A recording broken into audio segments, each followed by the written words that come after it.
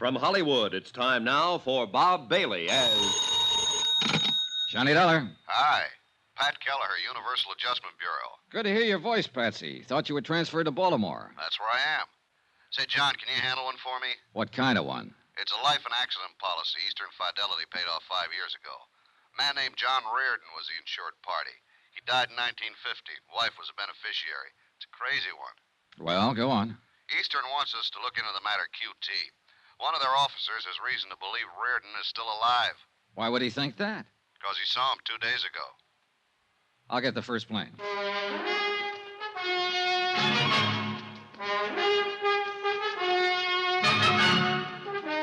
Tonight and every weekday night, Bob Bailey in the transcribed adventures of the man with the action-packed expense account, America's fabulous freelance insurance investigator... Yours truly, Johnny Dollar.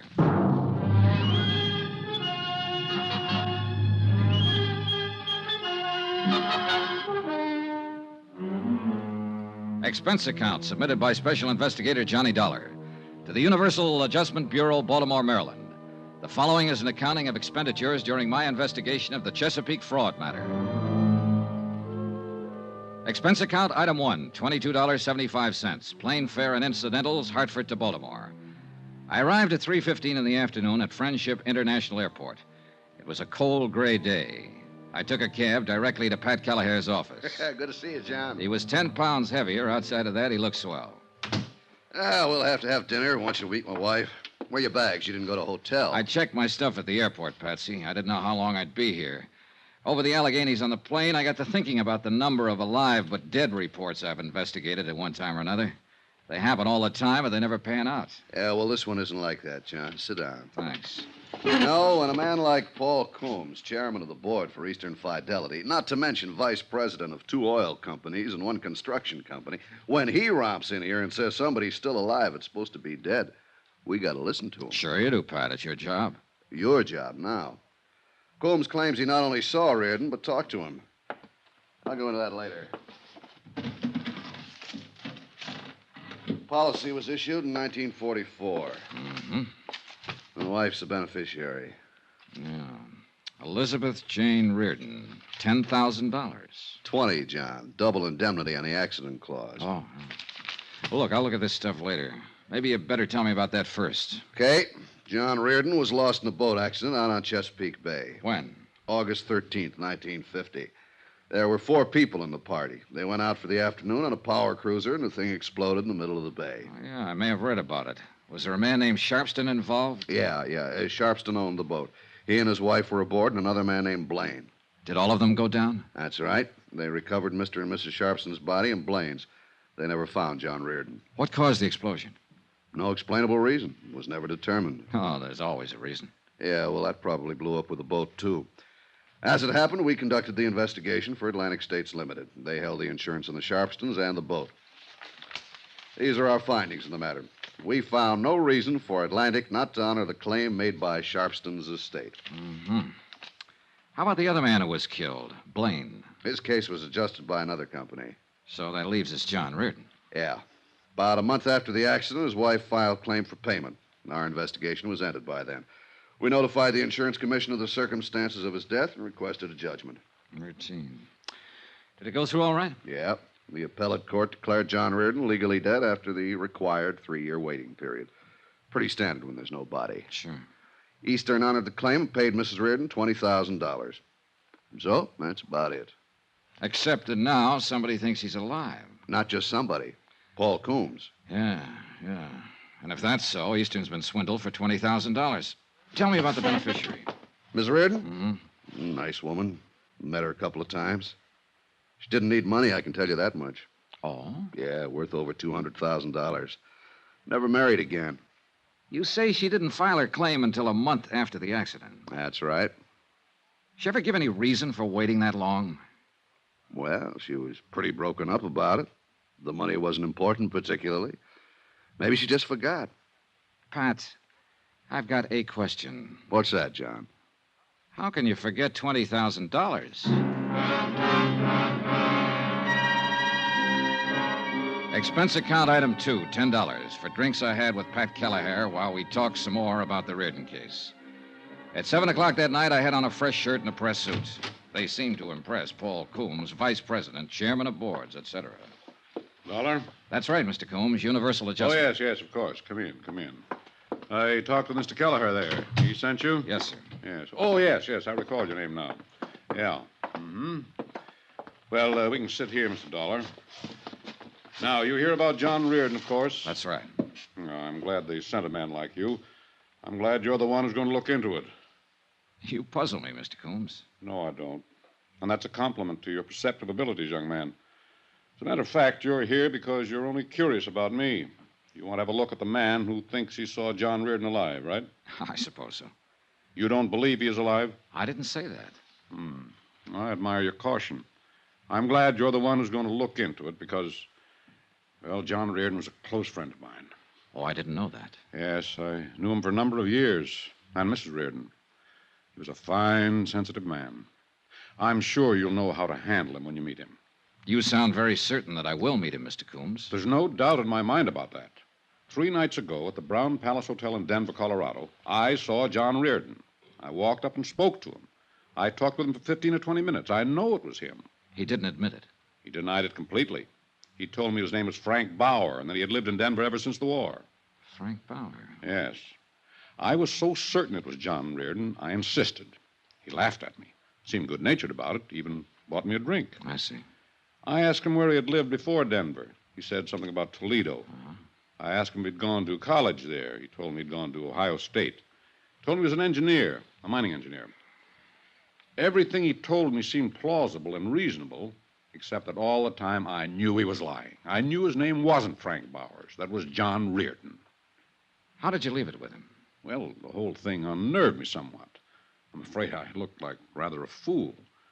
I simply caught my limousine out to the airport and came back here to Baltimore. Did you get his address in Denver? No. Any of his business connections, anything like that? No. Was he alone when you met him? There was no one with him. At the bar, he even ordered his drink the way John always ordered it. You know, like this. Oh, yeah. Well, a lot of people make that signal for 2 fingers of bourbon. Wore clothes the same way, too. Have you spoken of this matter to anyone outside of Pat Kelleher? No. I thought it should be looked into before I called up Elizabeth. Elizabeth? Elizabeth Reardon, John's widow. Oh, yes. It'll do no good bothering her just now. I'm afraid she'll have to be bothered. Why? Can't you investigate the information I've given you without upsetting everyone? With this kind of information, somebody's bound to get upset. Look, don't put restrictions on me, Mr. Coombs, or we won't get anywhere. You say John Reardon was a close friend of yours. Yes. I presume his wife was, too. That's right.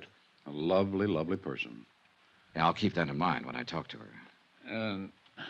Maybe you aren't the man for this. You can get somebody else, Mr. Coombs. No. It's just that I suddenly had a strange feeling about it all. Depressing. If John Reardon is alive, and you seem to be certain of it, then I understand your feeling. How's that? Your friend's party to a $20,000 fraud, not to mention his wife. Possibly he's not as sensitive and she's not as lovely as you thought.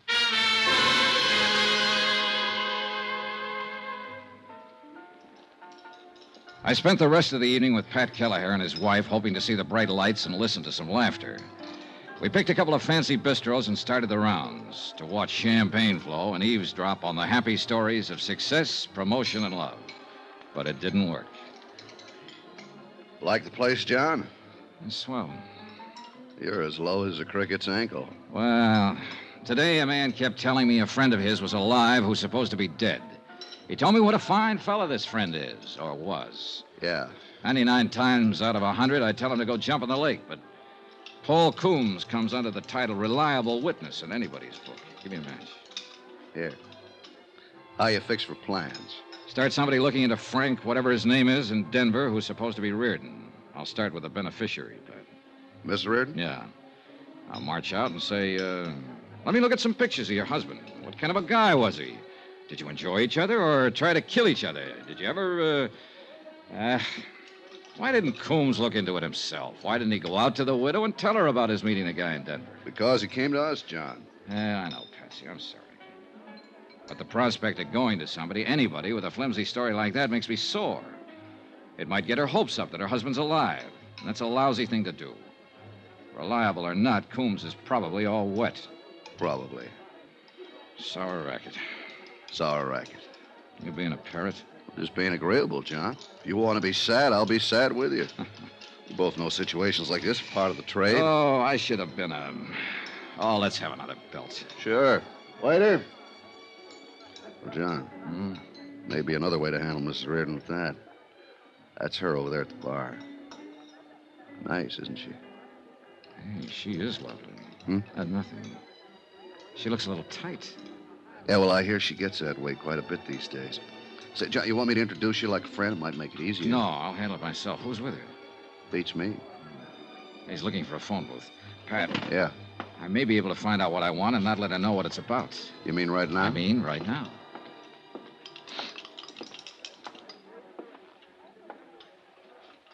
Hello. You're Elizabeth Reardon, aren't you? Why, yes. Well, probably you don't remember me. My name's Johnny Dollar. We met some time ago. I'm afraid I don't remember, Mr. Dollar. I'm in the insurance business. Don't remember? Well, where was it we met? No, I can't remember. May I sit down? Well, I'm expecting someone who'll be back in a minute. Yes. Would you care for a drink? I have this one, thank you. Oh. How's John these days? John? Your husband, Mrs. Reardon. His name is John, isn't it? My husband's been dead nearly 5 years. Oh, I'm sorry to hear that. I mean, it must be... Well, this is very awkward. That's all right.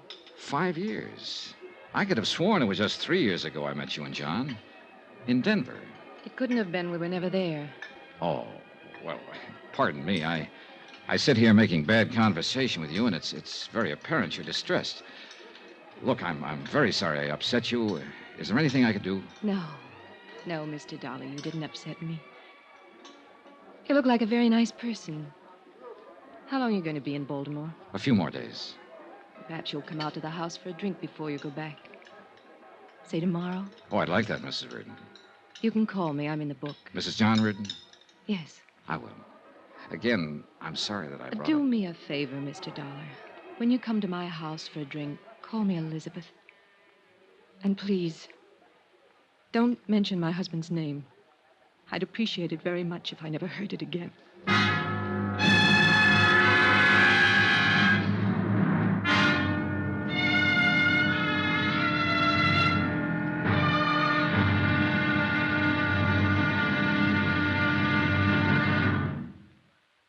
There'll be another exciting episode in our story of the Chesapeake Fraud Matter tomorrow. Tomorrow, a little talk to a widow who might not be a widow at all.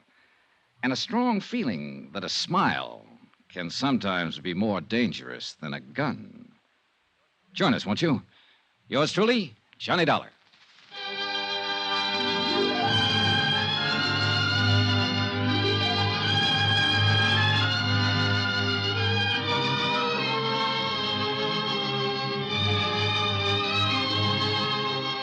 Yours truly, Johnny Dollar, starring Bob Bailey, is transcribed in Hollywood. Written by John Dawson, it is produced and directed by Jack Johnstone.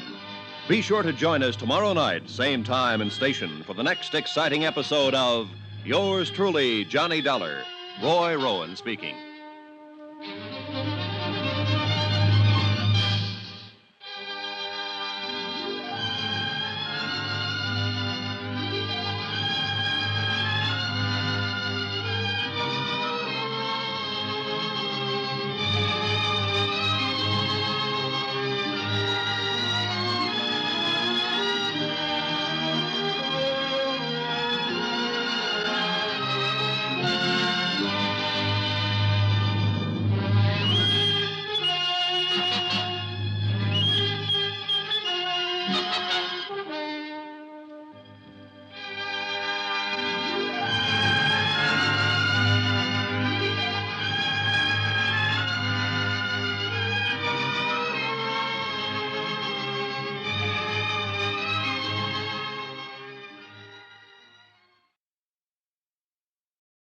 From Hollywood, it's time now for Bob Bailey as... Johnny Dollar. Pat Gallagher at Universal. How'd you make out with Miss Reardon? I met her. She thinks I'm an insurance broker or something. I told her I knew her husband when he was alive. In industrial hazard lying. Part of the business, John. Did you find out anything that'll help you? I found out she's pretty upset about everything in the world. That's the only report you have for Universal Adjustment Bureau? Oh, she invited me for cocktails. I'm going to call her later this afternoon and keep the date. Maybe I'll get some information then. Cocktails, say. You made out okay. Oh, shut up.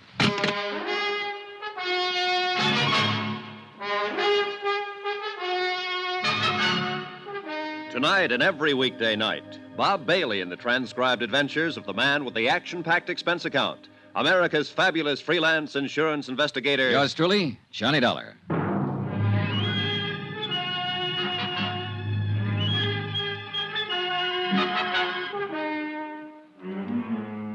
Expense account submitted by Special Investigator Johnny Dollar to the Universal Adjustment Bureau, Baltimore, Maryland. The following is an accounting of expenditures during my investigation of the Chesapeake Fraud Matter. Expense account item 3, $23.60, long-distance telephone call to George Hanley in Denver, Colorado. George is an old friend of mine in the private detective business. I told him about the report that John Reardon was still alive and living in Denver under the name of Frank Bowers. I requested him to gather information that would help in determining whether Bowers was really John Reardon or not. I spent the remainder of the day reading over the facts of the case as supplied to me by Pat Kelleher of Universal Adjustment. Expense account item 4, 10 cents, another phone call. This one to John Reardon's widow.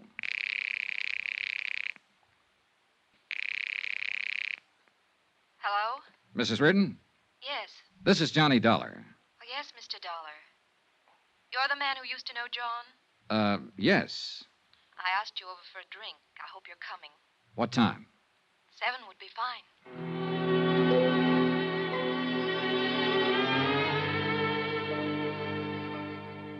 I was at her home at 7 o'clock, knocking on the door. It was a nice home, and she seemed like a nice person. Even nicer than the night before.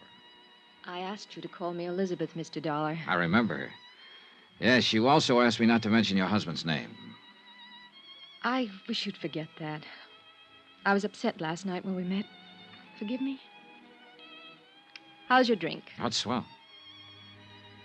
I don't know why, but I feel I should explain myself a little more about saying what I did about John. I was very shocked at his death. I suppose I still am, even though it was 5 years ago. It always disturbs me when I'm reminded of it. Yet it's good to be reminded, I suppose. To know that he really is dead. That he won't come through that door anymore. That he won't telephone me from the office or make any plans with me. Does that make sense? I suppose so. Oh, we can drink another one. Sometimes things make more sense with a few drinks. Sometimes they don't make any sense at all, Elizabeth. That's right, too, Johnny. You know, I like you. I like you. Tell me about your business. You said insurance? Yes. You're a broker? Well, not exactly. A salesman? No. I'm an investigator. That must be terribly interesting work. I suppose you travel everywhere. Have you ever been to... She had a nice mouth. Soft, frank, wide-open eyes. A couple of times I was on the verge of telling her exactly what I was working on and why I was talking to her. But I didn't. Somehow I felt comfortable in the house. Over the drinks and music, we eventually got around to John Reardon. She told me of their 4 years' marriage that ended with his sudden death. Gave me everything I could possibly want to have. Why do I tell you all this? I never talked to anybody about it. Oh, I don't know. Possibly because you just want to talk to somebody about it. You're easy to talk to, Johnny. I was 19 when I was married. I'd never known another man. It was wonderful at first. Wonderful all the time, I suppose. I just wasn't grown up enough to realize it. Can I ask you a question? Surely. Did you really love him? Yes. I'm not convinced. Why? Oh, just a feeling. Well, I did. I'm not so sure he loved me. That's an awful thing to say. No, I don't think so. It's probably been on your mind a long time. You don't know me from a load of coal, but we've sat here and talked an hour. I think I know you. I think so, too. You still seem very despondent about his death. Yet you aren't sure he loved you. I loved him. Oh. Here I am explaining things again, I suppose because they sound so foolish. Once, we both loved each other. Very much. But we kicked it away. We just didn't get along. He was out spending his money on other people, and I was taking up this pastime. Can you tell when I've had too much? No. Thank you. Thank you awfully. Oh, Hugh. Elizabeth. Johnny, this is Hugh Bryan. This is Mr. Dollar, Hugh. Hello, Mr. Dollar. How's your drink, Liz? Fine. Now tell me again, who is this? This is Mr. Dollar. What's your business, Mr. Dollar? I haven't seen you around before. Obviously, you just met Miss Reardon, or you would never start drinking with her. I wouldn't? No. That's true, Liz, isn't it? He was a friend of John's, Hugh. Well, that's nice. I don't think I ever heard him mention your name. I was a friend of his, too. As a matter of fact, his attorney. Hugh, you don't have to do this in And front since of John is no longer here, I've undertaken to look after some of the problems he left behind him, as an old friend would. Elizabeth, say good night to Mr. Dollar. Now, look here, say good Hugh. night to him. He's just leaving. Maybe it's better right now, Johnny. Good night. Do you want me to leave? She just said it would be better. I'll call you at your hotel. Good night. Good night, Mr. No, you still have something in your glass. Finish your drink. Okay. An old friend of John's. That's good. Very good. It is? She picked you up in a bar last night. I saw her. I was with her. You never knew John Reardon in your life. You have no business being here, and I don't like cheap opportunists invading her home. Evidently, you can talk to her any way you want to, and she'll take it. Why, I don't know. But don't talk to me that way. I don't have to take anything. You were just leaving, weren't you? Hugh Bryan was a large, bristling sort of man with a smooth manner. I didn't like him, and he didn't like me. Expense account item 5, $18. Even cab fares, lunches, etc., in and about Chesapeake Bay, talking to the principals connected with the boat explosion death of John Reardon. One of these was Lieutenant Jack Halverson, United States Coast Guard. You want some coffee? If I have to go out in that wind to get it, no. Make it right here for just such occasions. Just a sec, I'll plug her in. There. Brother, someday. It's nice in the summertime. Now, what can I do for you? Tell me about the boat going down. You made out the report for the Coast Guard. You mean the Sharpston's boat? Yeah. We have a reliable witness who thinks that one of the passengers, a man named John Reardon, didn't go down with it at all, that he's still alive. You said you had my report. Those are the facts. But you picked up 3 bodies. Why not the 4th? Why not Reardon's? Well, we searched the bay for a solid week looking for his body. We used every piece of equipment at our disposal. We did everything we could. But you didn't find him. First, you come in here complaining about our weather. Now you're mad about the way we run the Coast Guard. I'm sorry. It's a very lousy-sounding apology. What do you want to find out? How that boat exploded? Why you couldn't find Reardon's body if you found the others? Now, look, if a bunch of rich jerks want to take a high-powered boat out and they don't know the first thing about high-test fuel or engine running, they're doing it at their own risk. That help? Yes, something. I wish you could have put it on the report. That's my ideas, buddy. The report just has the facts. Now, for the other, about finding Reardon. I don't know why. He blew up, went down, or drifted out to sea. If his body had been in the bay, we'd found it. Was there a chance he might have survived and been rescued? All we had left of the boat was pieces of wreckage. And if he was rescued, it was never reported, and I wouldn't know about that. Could that have happened? Sure. I could be an admiral tomorrow.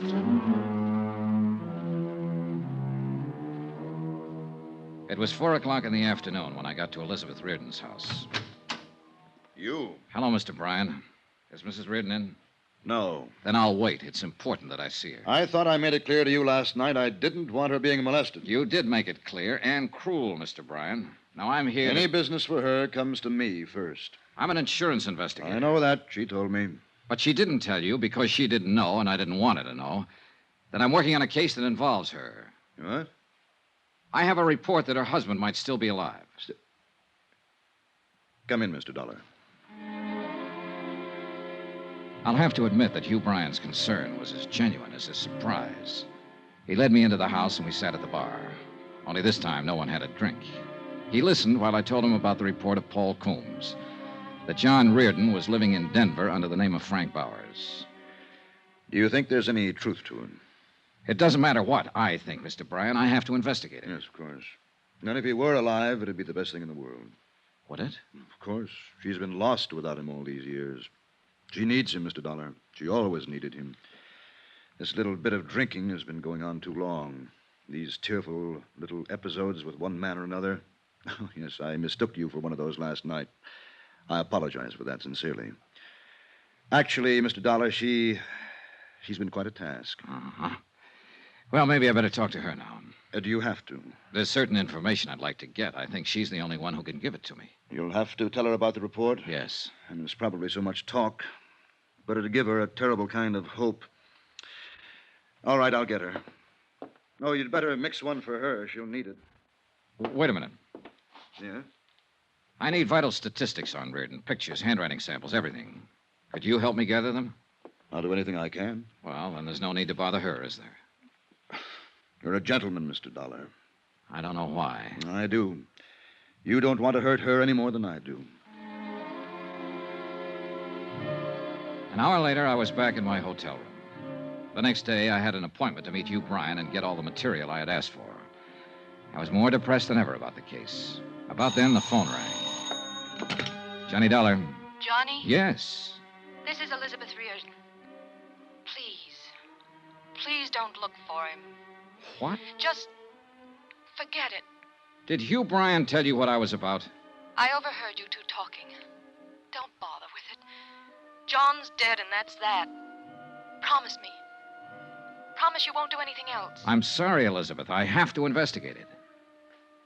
Johnny, is that final? I'm sorry. I don't have any choice. Elizabeth? Elizabeth!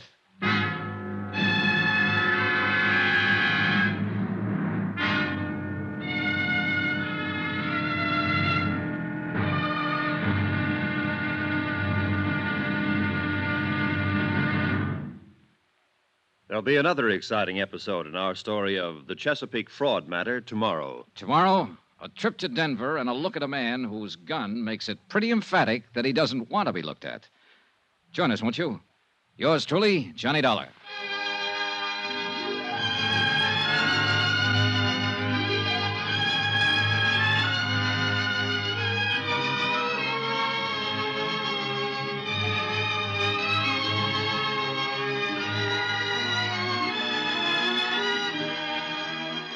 Yours truly, Johnny Dollar, starring Bob Bailey, is transcribed in Hollywood.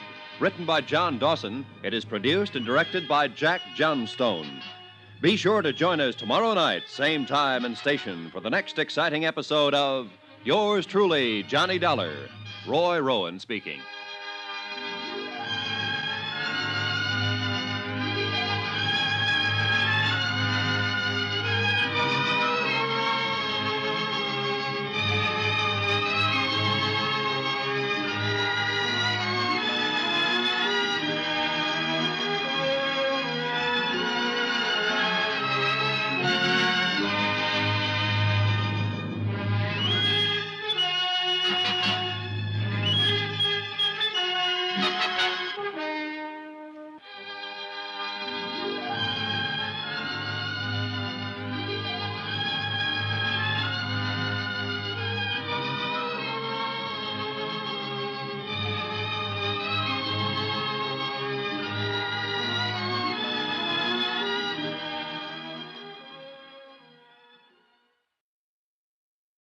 From Hollywood, it's time now for Bob Bailey as Johnny Dollar. Hugh Bryan, Mr. Dollar. How are you this morning? Not so good. I didn't sleep very well. How'd you do? I think I have about what you want on John Reardon. Well, if you haven't, I can get it from Mrs. Reardon. What? Well, I thought you didn't want to tell her about the report, that her husband might still be alive. She knows. She overheard us talking last night. Oh. Well, what do you want to do? I might as well look at what you have and get this over with. How about an hour from now? I'll be waiting for you.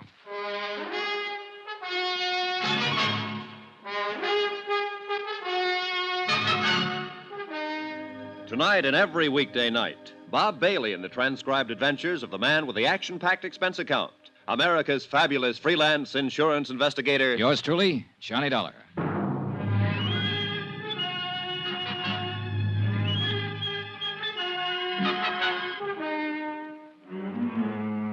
Expense account submitted by Special Investigator Johnny Dollar to the Universal Adjustment Bureau, Baltimore, Maryland.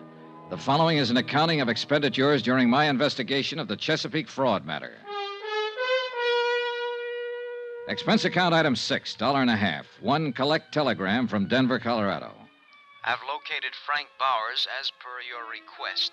Cursory investigation discloses little evidence that would lead me to believe he might be the John Reardon of Baltimore. Looks like a ham bone to me, Johnny. What do I do now? Signed, George Hanley Investigations Incorporated, Denver, Colorado. Item 7, $2. Same thing. Telegram from me. Things are about the same way here. Sit tight. I'll see you in a day or two. Love, Johnny. Once the telegrams were out of the way, I walked 3 blocks from my hotel to the office building of Hugh Bryan. It was an impressive place full of lawyers and doctors. Hugh Bryan looked a little haggard when I saw him. It took me a while to get all this together. Half the night. There wasn't that big a rush. Oh, get it out of the way. The sooner you have what you need, the sooner you can make sure, and the sooner I won't worry about it anymore. Did you talk to Elizabeth yet today? No, just last night. Oh, I thought maybe she might have called you this morning. I'm so sorry for that girl. Well, don't feel too bad, Mr. Bryan. We both did everything we could to keep the report that her husband might be alive from her. Awkward as it was. Yes, I know. I still don't understand it, I guess. Well, a man named Coombs, an insurance official, thinks he saw Reardon in Denver last week using the name Frank Bowers. He's sure that Bowers was Reardon. If he turns out to be Reardon, the insurance company's been taken for $20,000 they paid to Elizabeth Reardon, just to set you straight. That'd make Elizabeth party to a fraud. And John. Lord knows that's silly. Well, silly or not. Yes. Well, here's what I have. Now, this is one of the last pictures taken of John Reardon. Mm-hmm. Have the negatives? Yes. Here. And these are some vital statistics on him. The physical part I got from his doctor. Mm-hmm. He stood an examination about a month before the accident. This the doctor's name here? Yes. Now, these other things are in his background and education. Here, a copy of his marriage license, birth certificate. How did you get hold of these things? Well, I handled a lot of business for John, filed a lot of his papers for him. These were just packed away. It took a while to find them. Hey. A copy of his fingerprints? Oh, would those help? More than any of this other stuff. Fingerprints aren't standard papers in anybody's file. Before John went in the Army, he did some engineering work for the proving grounds in Aberdeen. Oh. He was fingerprinted there. It was a gag at the time. He had a set of his own blown up and put on the wall in a picture frame. You know, just a joke. Yeah. I dug them out of his personal things. Now then, here's a copy of his financial records, tax returns and whatnot. I spent about an hour in Hugh Bryan's office going over material that would help me in the investigation. The pictures and fingerprints were the most helpful items. After I'd finished, I went back to my hotel, packed my bags, and checked out.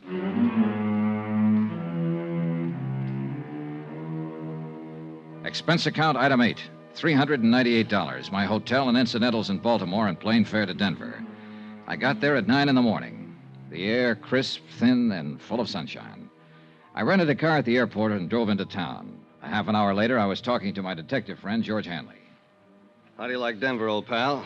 I haven't been here for a few years. Doesn't look the same. Bigger and better, huh? They're thinking of putting up buildings as big as those mountains over there. I love it. So does the wife. I'm glad. You ought to try a place like this for a while, Johnny. Maybe I will. Ought to find yourself a girl and settle down. Let's us settle down, Georgie. Huh?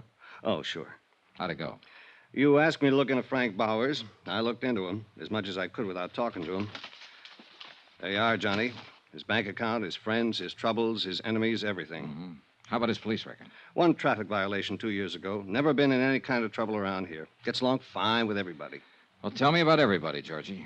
His laundryman, the milkman, the guy who tends bar in his neighborhood, the man he buys gas from. I talked to all of them. How about the people he works with? Well, he don't do much of that as far as I can see. He's got an office downtown, calls himself a consulting engineer. Goes there once or twice a week to pick up his mail. Well, now, that's a very nice way to be able to live. Is he starving to death, Georgie? No, he's got a good bank account. Makes regular deposits. Money comes from a New York bonding firm. He owns a little two-bedroom house out beyond Park Hill. Paid $38,000 for it. Wow. Sleeps in one bedroom, uses the other one for a kind of studio. Putters around with clay, oils, and according to the nosy dame who lives across the street, he tries to write. How about his friends? Lots of them. Pays his bills, gets drunk now and then, normal. Tell me about his wife. He hasn't got one. Lives alone. Find out who he goes with, Georgie? No. As much as I could find out, he doesn't go with anybody. Enemies? Well, the guy in the cleaning shop hates his guts. Bowers doesn't like his shirts with starch. Did you check out the residency business? As far as I could. He bought that house out in Park Hill in 1951. Paid cash for it. Record of the sale gives his former residence as Toledo, Ohio. Well, how long has he been a resident here?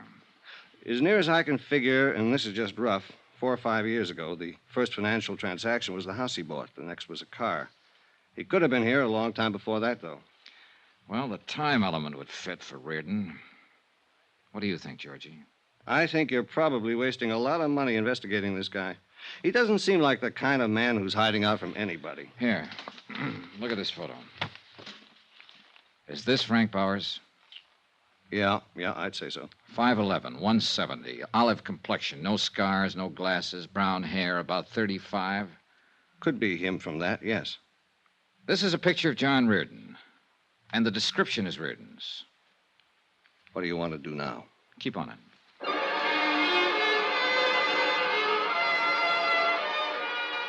I got George Hanley busy making a check with some people in Toledo who could find out whether or not a Frank Bauer had once lived there. Then I took my rented car and drove out to the address Hanley had given me. It was in the east side of the city near the airport, a one-story frame house, a 53 Merc in the driveway. I'm looking for Mr. Frank Bowers. Oh, who are you? Johnny Dollar. Oh, I'm Frank Bauer. Well, I'm an insurance investigator, Mr. Bowers. I'd like to talk to you. Oh, come on in. Thank you. Take a chair anywhere, huh? What's on your mind? Just making a routine check, Mr. Bowers. Thought perhaps you could help me. I don't know anything about my neighbors, if that's that kind of thing. No, I'm running down a report that came across our office in Baltimore. Baltimore? Ever been there, Mr. Bowers? No. Swell place on Chesapeake Bay.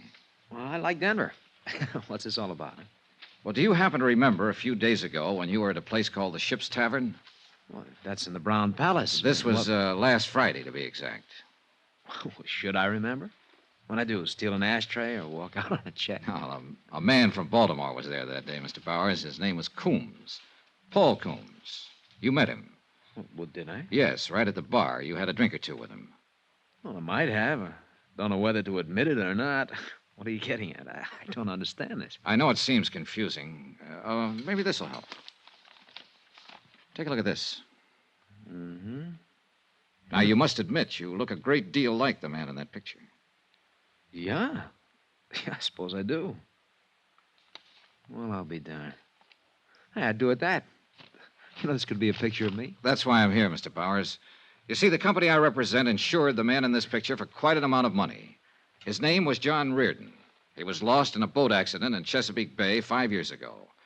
The Mr. Coombs who met you at the bar here last week thought you were John Reardon. Well, I don't blame him. But I'm not. Close, though. Now, want to smoke? Oh, thanks. Thanks. Sure. Mr. Coombs was a lifelong friend of John Reardon's. I have his sworn statement here about that meeting with you and the certainty of his identity. You do? Yes, right here. Would you like to see it? Well, not particularly. I understand you went to Ohio State. What year did you graduate? I didn't go to Ohio State. Look, what is this, huh? Well, that's what you told Mr. Coombs. It's in the statement. Oh, I remember that bird now. Oh, I might have told him anything, Mr. Dollar. You know, he's one of those inquisitive kind, real sure of himself.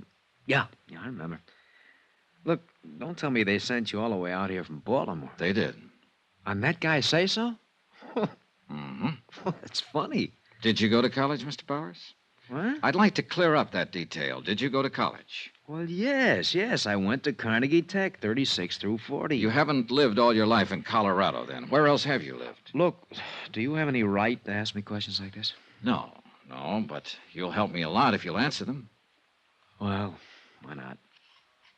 Okay, I've lived in New York, Pittsburgh, Kansas City, Toledo, around the country. Came here a few years ago with my health. Seemed good for my asthma. Ever been married? Once in 1942. It didn't last long. Oh, what else you want to know? Well, look, you in a hurry? I can come back later. No, it's not that. Well, look, you seem like a nice guy, Dollar, but it just makes me uncomfortable answering these questions of yours. I appreciate the time you've given me already, Mr. Bauer. Please understand it's a matter of establishing identity. But you know who I am. I just told you. That's true.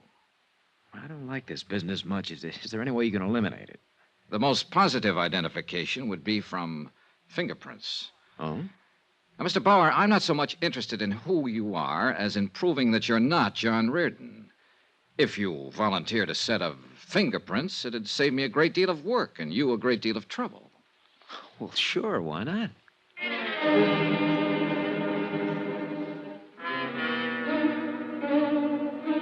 We drove downtown together to George Hanley's office and used the portable fingerprint kit. I took a complete set of Frank Bauer's prints he attached. I thanked him for his time and trouble, and he left. If he was trying to cover something, it certainly wasn't apparent from his conversational reactions. There had been a moment when I was sure he wasn't Frank Bauer. On the other hand, I was sure that he wasn't John Reardon. That cuts it, Johnny. Right thumb and index prints don't match at all. Oh, not even close, George. And I thought I was getting somewhere. I found out he was never in Toledo, or at least never registered or licensed as an engineer. Well, these prints do it. When are you going home, Johnny? Oh, I don't know. There's no reason to stick around any longer. This is crazy. You proved your case with the prints. He was too anxious to help me prove it, Georgie. You ask any ordinary man on the street 2 personal questions about himself, and he'll tell you to go jump in the lake. You ask him for his fingerprints, and he's liable to smash you. So? Get on him. Stay with him 24 hours a day. Get a couple of other men. It'll cost you money. Get busy. Expense account item 9, $200, detective service. I didn't believe Frank Bowers. I didn't believe his background. And most of all, I didn't believe his fingerprints.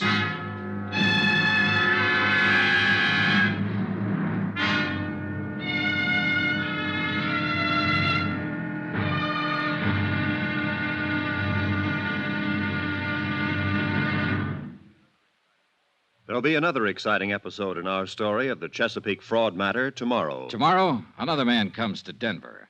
He doesn't check in a hotel or carry luggage. At least not much luggage. Just a .38 Colt. Join us, won't you? Yours truly, Johnny Dollar.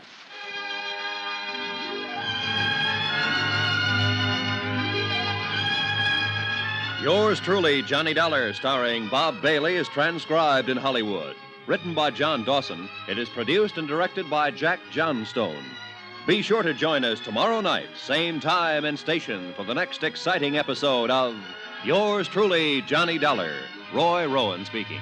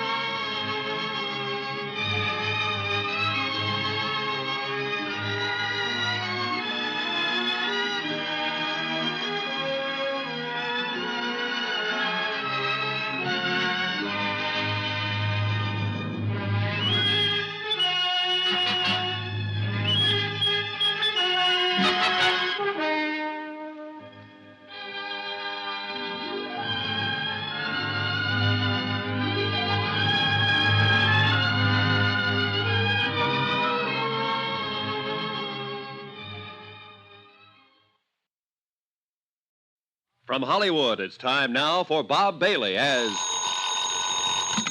Johnny Dollar. This is Western Union, Mr. Dollar. Message for you from Baltimore, Maryland. Okay, go ahead. Received your air special regarding investigation of the Chesapeake matter. You've proved Frank Bowers of Denver is not John Reardon of Baltimore. Fingerprints don't lie, therefore logical to believe John Reardon really dead. Come on home. Your expenses are running too high. That's signed Pat Kelleher, Universal Adjustment Bureau. Should I mail this to you? No, that's all right. Can I send an answer? Yes, sir. Pat Kelleher, Universal Adjustment Bureau, Baltimore, Maryland. Fingerprints don't lie, but people do. All the time. For all sorts of reasons. It may be finished as far as you're concerned, but I'm just beginning. Love, Johnny.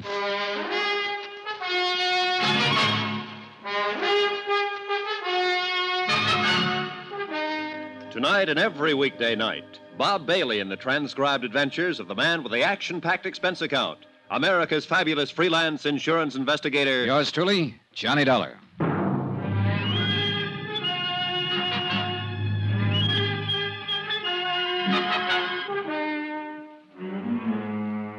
Expense account submitted by Special Investigator Johnny Dollar to the Universal Adjustment Bureau, Baltimore, Maryland. The following is an accounting of expenditures during my investigation of the Chesapeake Fraud Matter.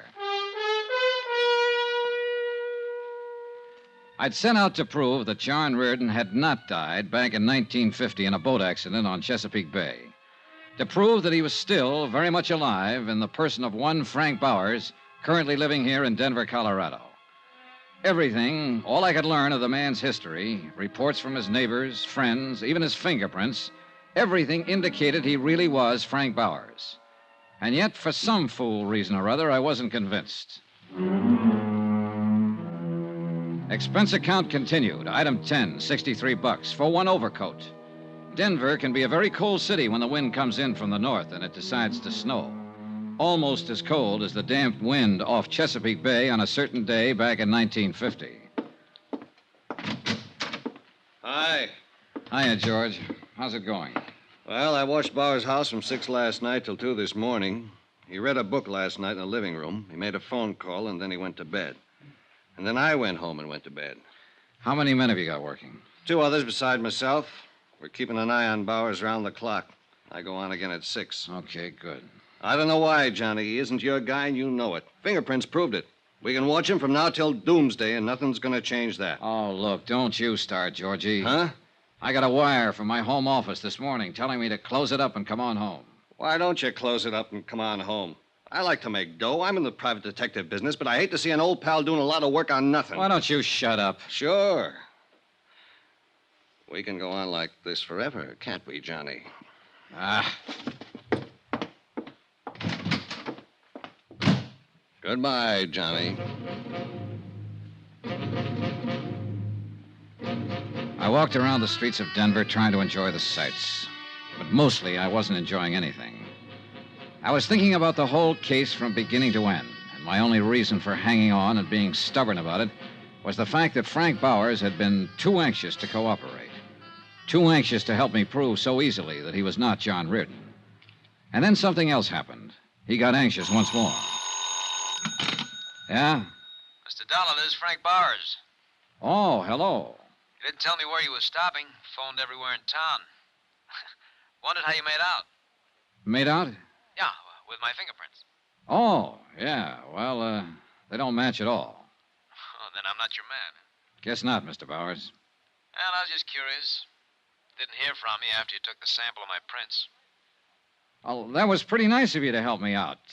How can I thank you? Well, you could buy me a drink if you want to. Hey, you're on. All right, meet you at 6 at the Ship's Tavern. It was the voice of a confident man again. An overconfident man. The kind who sandbags in a poker game, who knows about a boat ride and a horse race. And so help me, I knew I was right about him. Expense account, item 11, $14, booze. For Frank Bowers and myself in the Ship's Tavern. The same bar, incidentally, where a week before, a close friend of the deceased John Reardon had run into Bowers and sworn he was John Reardon. When Bowers came in, he was followed by George Hanley, as per my instructions. I saw George pick a stool at the far end of the bar. Well, I suppose you'll be packing up and leaving the old Mile High City pretty quick now, huh? Did I say that, Frank?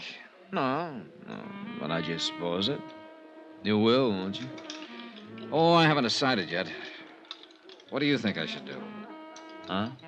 I said, what do you think I should do? Are you kidding me? Well, maybe I'm just kidding myself. But you don't seem like the kind of fella you should be, somehow. No, I don't, huh? No. Now, you were too nice about answering questions when I came out to your house the other day. Too nice about letting me fingerprint you so I could compare the samples with John Reardon's prints. Too nice about calling up and asking how it all came out. Came out bad, thank you. I'm a pretty nice fella. Yeah, that's what the book says. What book? I had a private detective friend make one up on you before I even got here. Friends, enemies, money, and whatnot. All very nice. Of course it is. You know what your trouble is, Dolly?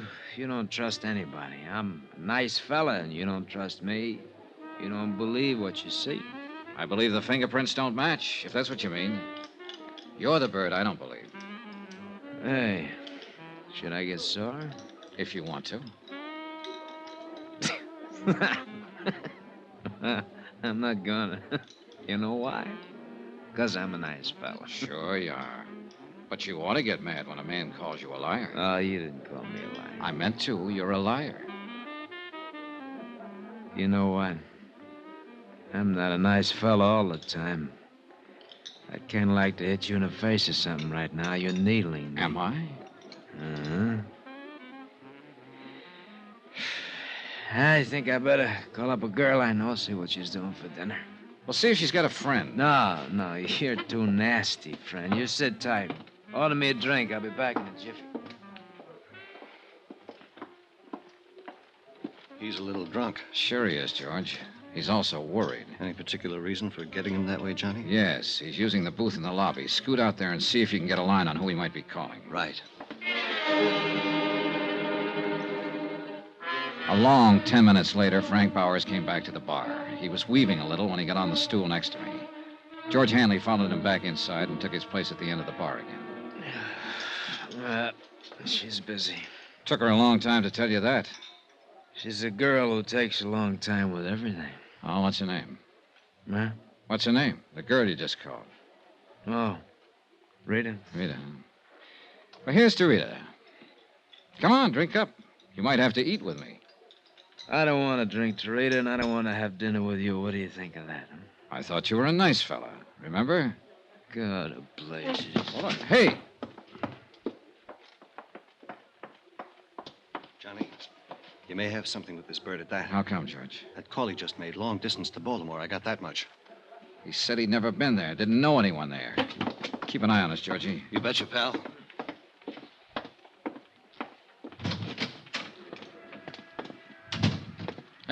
Hey, Frank. Hey, look, what's the matter, friend? I just left you, I thought, for good. Oh, come on, I'll buy you dinner. You buy me nothing, Dollar. Go on back to Baltimore. Why don't you? What? Why don't you go back to Baltimore? What's that supposed to mean? Just what it means. Well? Maybe we better talk some more. Fine. My car's in the lot here. Okay. You're after me, aren't you? Well, let's say I met you yesterday to get some facts. Let's say I drank with you tonight to find out what kind of a guy you are. I've done most of the talking up to date. Now it's your turn. Uh-huh. Well? I don't know whether I got anything to say to you. Oh, make up your mind, will you? Look, suppose I were John Ridden. I'm not. But suppose I were. I can't tell you what a court would do about an insurance fraud. No, you're just a clumsy ox stumbling around for some answers, and you haven't got any yet. Get out of my way. Wait a minute.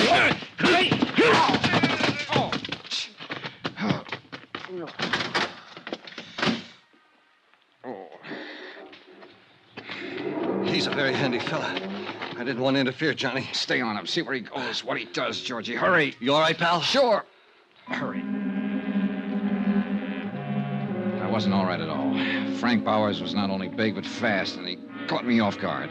I went back through the hotel lobby up to my room and lay down on the bed, and I waited for the phone to ring. Sooner or later, it'd be George Hanley or Frank Bowers' tale reporting some development that had solved the whole case. But the phone didn't ring. Nothing happened. No one phoned, no one came by. I went to sleep about 1 o'clock.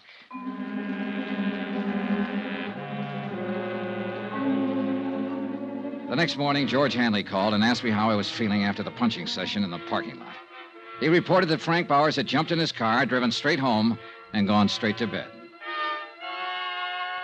Expense account item 12, 48 cents. Postage. Cost of mailing a sample of Bowers' fingerprints to Washington, D.C. At 8 o'clock that night, I had another phone call. Hi, baby. This is George Hanley. How do you feel? Okay, what's up, Georgie? I'm still keeping my eye on Frank Bowers. He's nervous, all right. Been staying in the house all day. I can see him walking back and forth in the living room. He must have smoked a package of cigarettes every hour. Uh-huh. Has he used the phone? Yeah. Looks like long-distance stuff again. You know, place the call, hang up, then wait for the operator to call back. Possibly Baltimore again. Possible. How about it? I'm thinking. Where are you?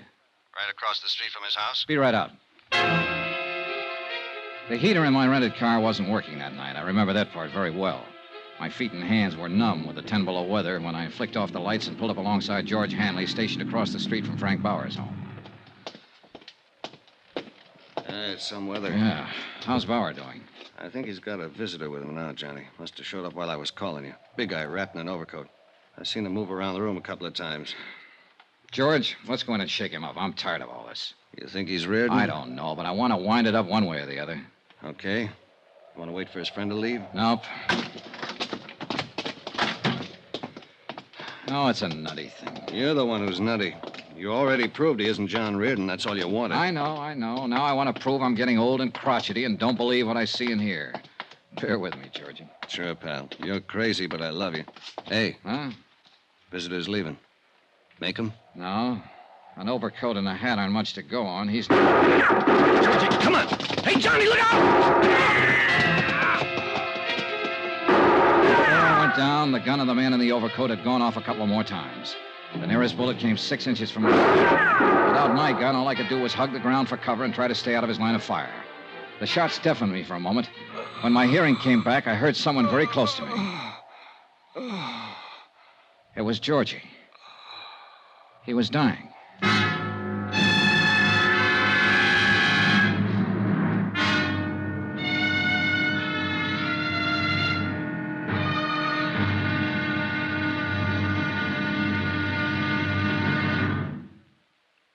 There'll be another exciting episode in our story of the Chesapeake Fraud Matter tomorrow. Tomorrow, proof that an insurance case is one thing, murder of a pal is something else. Tomorrow, the wind-up. Join us, won't you? Yours truly, Johnny Dollar.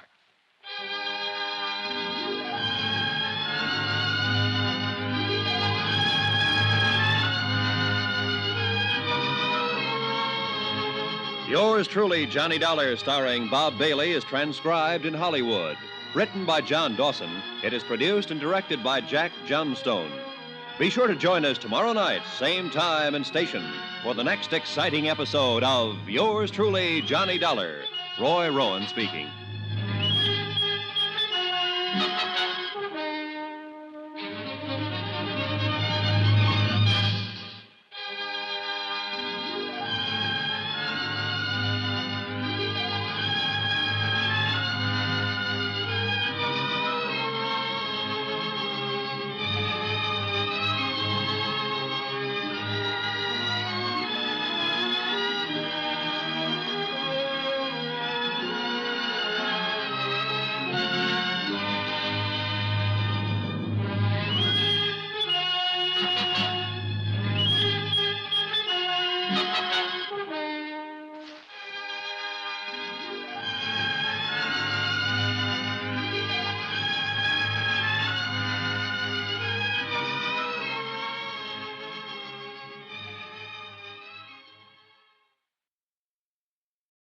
From Hollywood, it's time now for Bob Bailey as...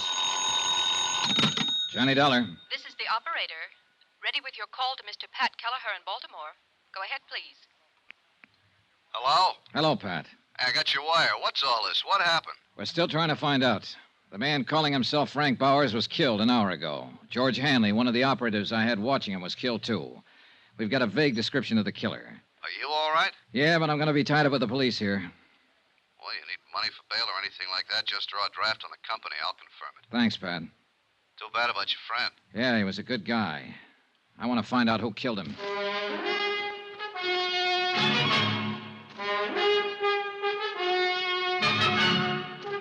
Tonight and every weekday night, Bob Bailey in the transcribed adventures of the man with the action-packed expense account, America's fabulous freelance insurance investigator. Yours truly, Johnny Dollar.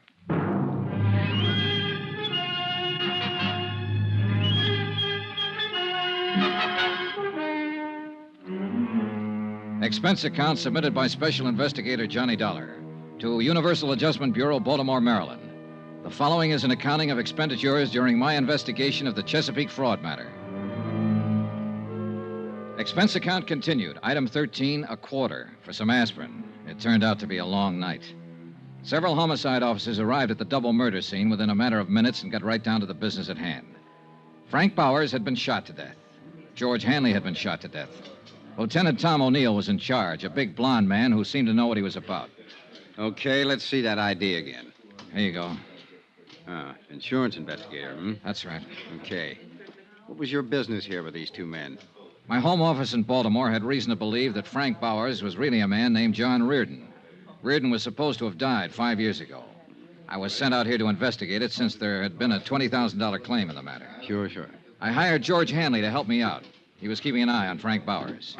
I came out earlier tonight to give him a hand, and the shooting began. Any idea who did it? A big man in a top coat and a hat. I really didn't get a look at him, Lieutenant. I was busy with George Hanley. Sure. You carry a gun? Sometimes. I didn't have one tonight. You tried to chase the killer? I said I was busy with my friend. Yeah, that's right, you did. Well, how was your investigation coming along? Frank Bowers' fingerprints didn't match the samples I had for John Reardon, but it didn't satisfy me.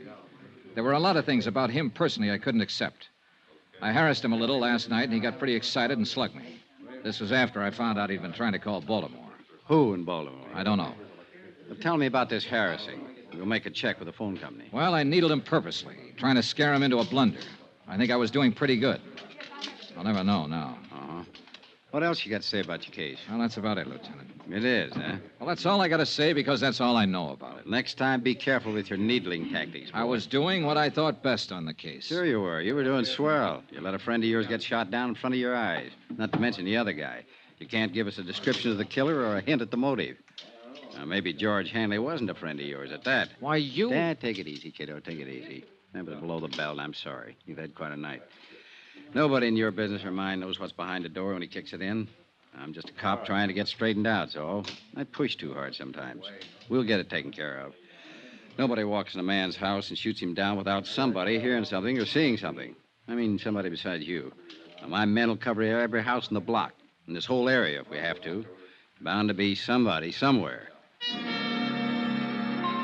The dogged Lieutenant O'Neill turned out to be 100% correct. In fact, he turned out to be 300% correct. For by 11 o'clock the following morning, his men had located 3 different people who had information about the brutal murders of Frank Bowers and George Hanley. The first was a man named Randall who had lived across the street. He had seen Bowers open his front door and admit the unknown killer. He said he wore glasses. The second was a paper boy who had come to collect while the killer was there. He stated that the killer and Bowers were arguing when he came up to the door. The third witness, a housewife, gave the most important information as to the man's description. He was a good deal taller than Mr. Bowers. How much taller? 3-4 inches at least. I saw him standing in the doorway from here. He had on a brown tweed topcoat. My husband has one just like it. How old would you say he was? 45. Have you ever seen him before? No. Would you know him if you saw him again? Yes, anywhere. You got that good look at him, huh? Yes, the porch light was on. Here's something, Dollar. Lieutenant O'Neill had issued an all-points bulletin based on the combined descriptions given by the witnesses. In the meantime, his men had checked the local cab companies and found out that one of the drivers had carried a fare to Frank Bowers' home at 8 o'clock in the evening.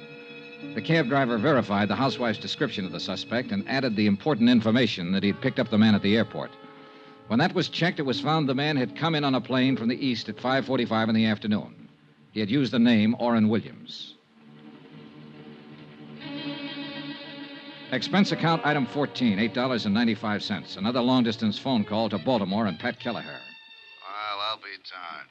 Do you have to stay there, John? Of course I have to stay here. I'm a material witness. Not to mention the fact that a pal of mine was shot down. Don't get on your high horse, John. It was just a question. Have any idea what it was all about? Well, at the moment, I'm just sure a guy named Orrin Williams flew in, shot up 2 people, and beat it. If we had Williams, I'd give you the whole thing on a silver platter. You're awfully touchy. Well, this thing has gotten out of hand. Well, I won't press you on it anymore, John. You do what you think is best. As far as the company's concerned, it's really not our business anymore, is it? It's our business until it's cleared up. Well, I mean Bowers. He wasn't John Reardon. Dollar? Hold it, Pat. Yeah? Answer from Washington on your wire. Yeah? Here. Let me see. Pat. Yeah? It is our business after all. Huh? The lieutenant here sent a hurry-up request to Washington on some of Bauer's fingerprints I mailed a couple of days ago. They check out. I don't get it. Bowers was John Reardon. Oh. Well, where'd you get the samples of Reardon's prints that didn't check out? From Hugh Bryan, Reardon's attorney. I better call him. Don't you dare. Don't open your mouth. I'll handle it when I get there. Tell me about this fella, Hugh Bryan. According to the phone company, that's the man Bowers was trying to call in Baltimore. I told him all I knew, and Lieutenant O'Neill listened thoughtfully.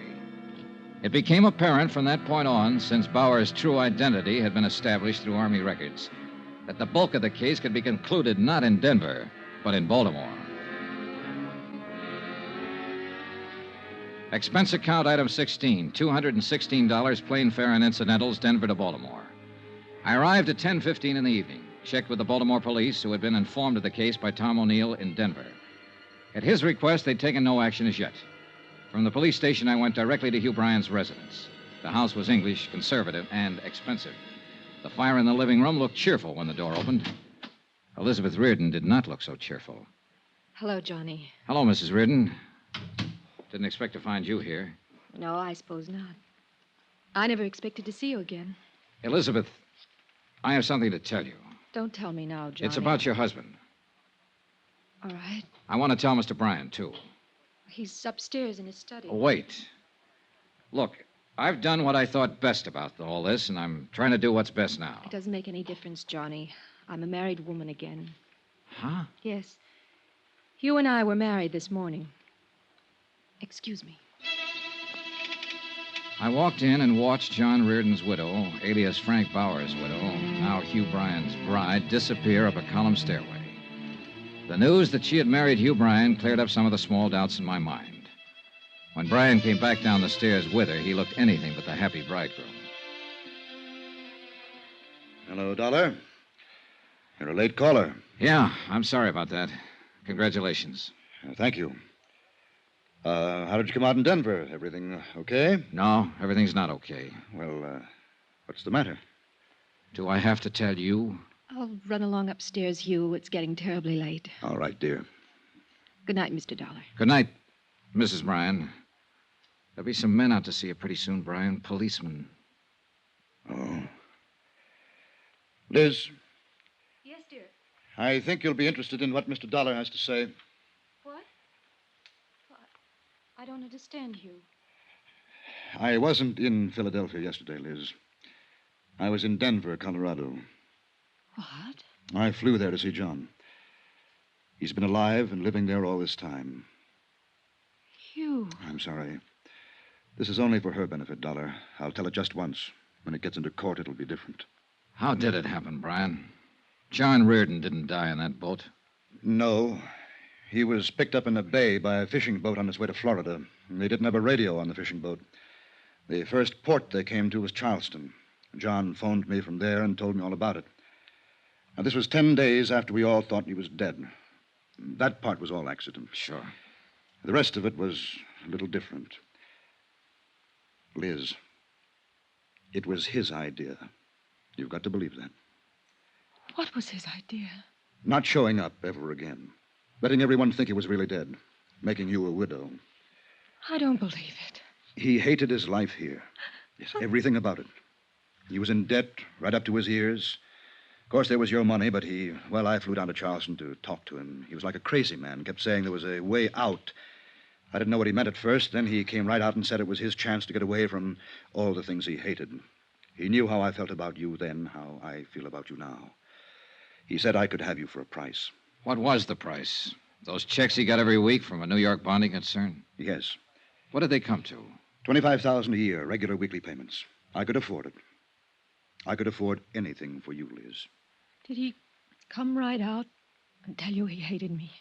He just said he wanted to get away from everything. And it went that way for 5 years. I believe I asked you to marry me every 6 months. Yes. But that didn't work out either. And then, one day, along came Johnny Dollar. How does it feel to be so efficient, Mr. Dollar? We don't have to go into that, do we? No. I'll admit you did everything to throw me off. And it threw me off. Especially the fingerprints you provided. Didn't John Reardon insist his name was Frank Bowers and do everything he could to make you believe that was true? He did too much to make me think it was true. Where is he now? Where's John?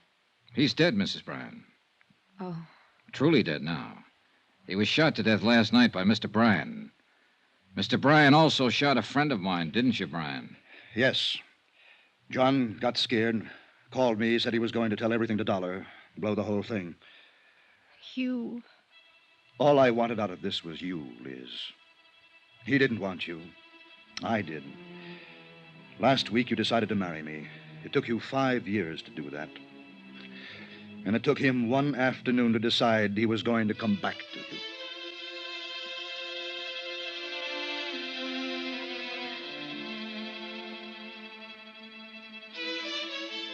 The proof that John Reardon's widow is guilty or not guilty of a fraudulent insurance claim is a matter for Eastern Fidelity to decide. The matter of Hugh Bryan and 2 murders is a matter for the courts.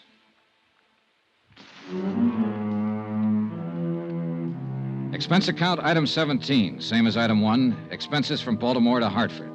Item 18, $89 even, car rentals, miscellaneous, etc. Expense account total, $1,124.98.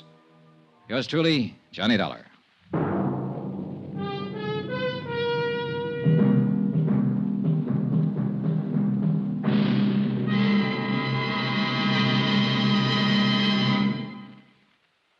Remember, please, there'll be a new exciting story on Johnny Dollar beginning next Monday. Next week, a quiet, sleepy little town in Mexico and a beautiful senorita that, well, things didn't stay quiet and sleepy for long.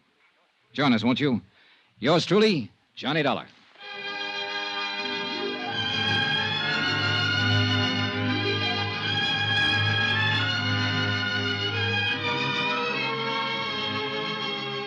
Yours truly, Johnny Dollar, starring Bob Bailey, is transcribed in Hollywood.